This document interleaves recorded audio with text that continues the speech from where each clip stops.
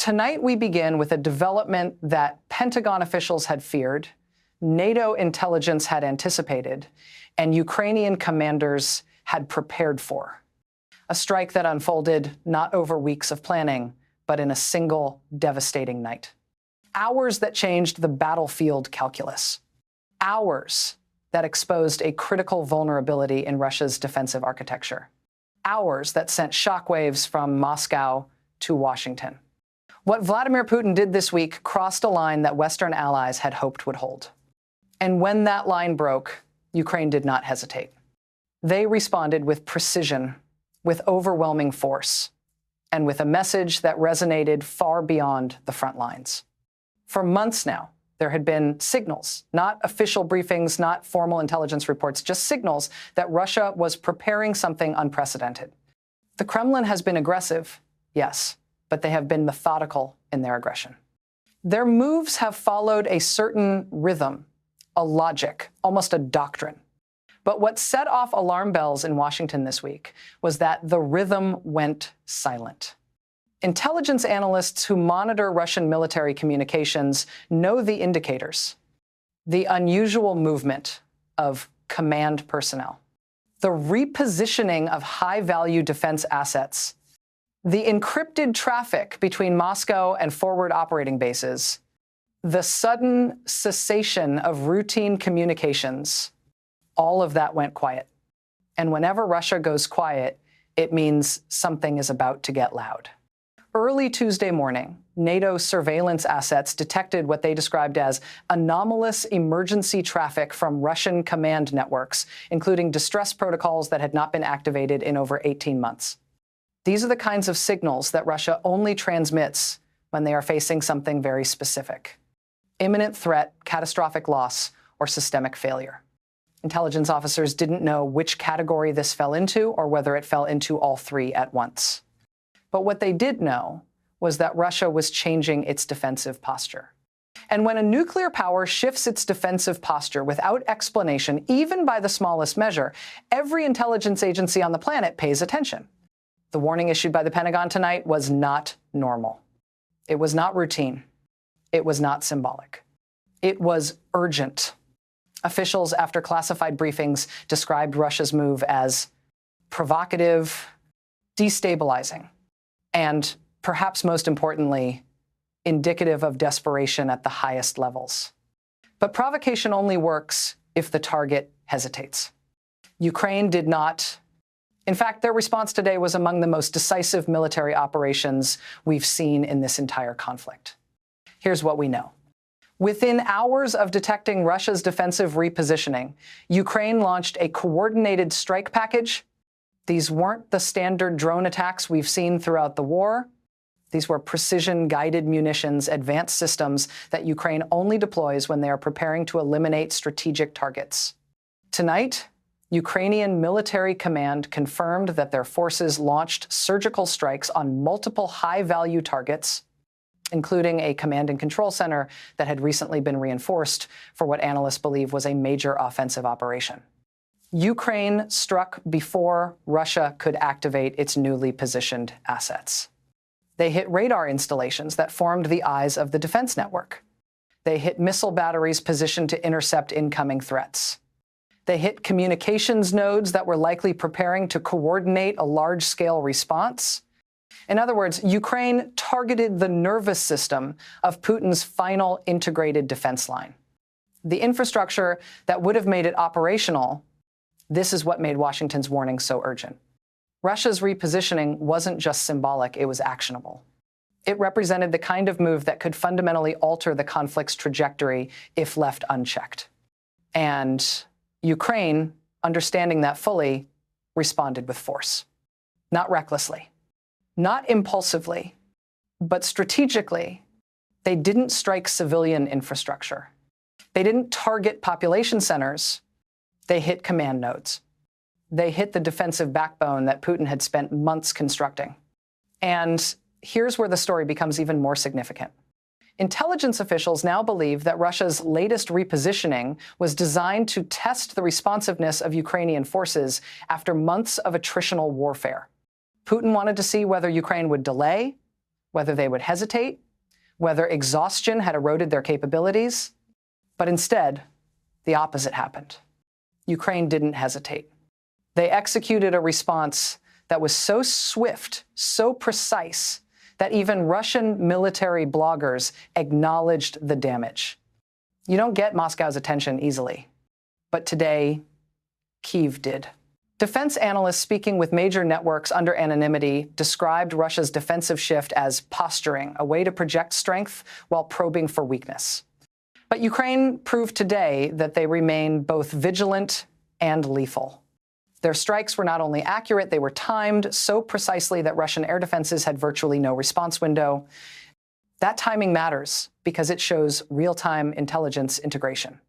It shows that Ukraine is not merely reacting to Russian movements. They are anticipating them. As reports continued coming in throughout the night, we learned more about the scale of Ukraine's response. Ukrainian Air Force assets carried out long-range strikes, forcing Russian aircraft to scramble from bases deep within occupied territory. Special operations units targeted supply depots that had been reinforced in the last 72 hours. Ground forces operating near the Eastern Front reportedly disabled electronic warfare systems used by Russia to jam Ukrainian communications. This wasn't just a counterstrike. This wasn't just a tactical response. This was strategic coordination. This was operational dominance. And operational dominance is the one thing Russia has struggled to maintain since the early weeks of this war.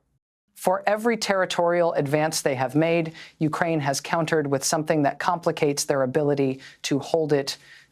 Remember, Russia thought this war would last days. They thought Ukraine would capitulate after the initial shock. They thought Western support would fracture under economic pressure. But tonight, the exact opposite is happening. Ukraine is striking deeper into Russian-controlled territory than ever before. Western weapons systems are proving devastatingly effective. And Putin's so-called final defense system lies in ruins.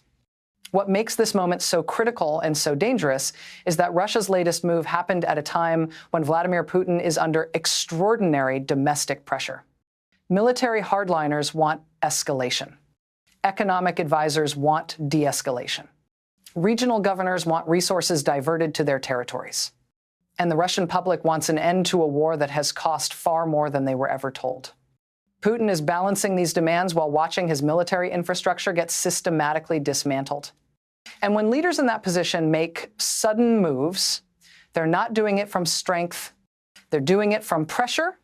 They're doing it from vulnerability. The Pentagon's assessment, now circulating among NATO allies, was designed to signal that Washington is not willing to allow Russian escalation to go unanswered.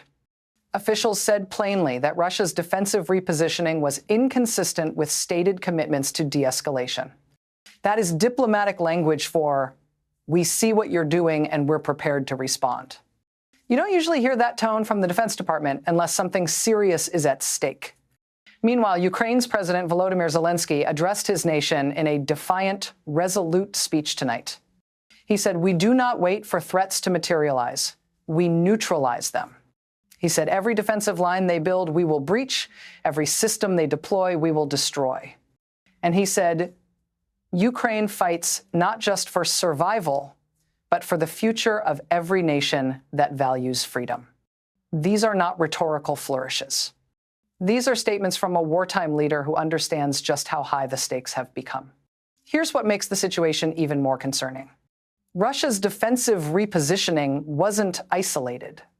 Along with the distress signals from command networks, Russian naval assets also repositioned in the Black Sea. Belarusian forces conducted unusual exercises near the northern border. Russian cyber units increased operations targeting Ukrainian infrastructure. All of this happened within the same 48-hour window. When Russia moves multiple pieces at once, it means something larger is underway. Analysts are now considering several possibilities. One is that Russia is preparing for a major winter offensive.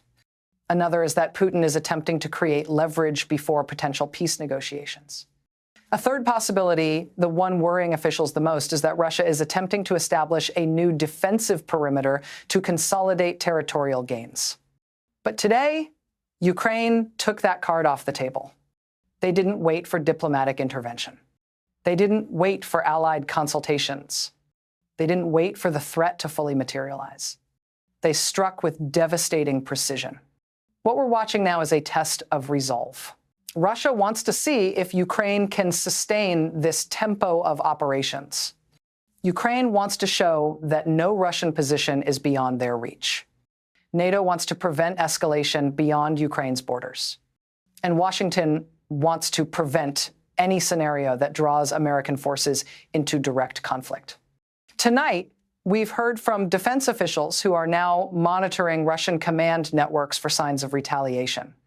They say Russian forces are in disarray across multiple sectors. They say Putin's inner circle is facing difficult questions about how this happened. And they say Russia's decision to reposition its final defensive assets is likely part of a broader strategy intended to create the appearance of strength while masking significant operational losses. But Ukraine is not intimidated. In fact, Ukraine is emboldened. Their response today, swift, surgical, and overwhelming, sent a message to Moscow that this war will not be won through defensive posturing. And it sent a message to Washington that American weapons are being used exactly as intended. As the week goes on, we expect more details to emerge about what exactly Russia hoped to achieve with this repositioning.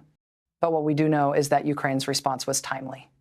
It prevented Russia from establishing a fortified defensive line. It destroyed command infrastructure that took months to build. And it demonstrated that Ukraine retains the initiative on the battlefield. What happens next will depend on what Putin does in the coming days. If he escalates further, this moment will be remembered as the beginning of an even more dangerous phase. If he recalculates, Ukraine and its allies have already shown they are prepared for any contingency. They have shown they are ready to respond. And tonight, for the first time in weeks, the Kremlin appears to be reassessing Moscow is quiet, too quiet. And when Russia is quiet, it means they are calculating. It means they are choosing their next move carefully. Because tonight, Vladimir Putin learned something he has learned many times before. Ukraine will not be intimidated. Ukraine will not be outmaneuvered. And Ukraine will not stop fighting until every inch of its territory is free. This story is far from over. But tonight, one thing is clear. Putin's final defense system is gone. Ukraine's resolve is unbroken, and the world is watching. And we will be here watching every detail as the next phase unfolds.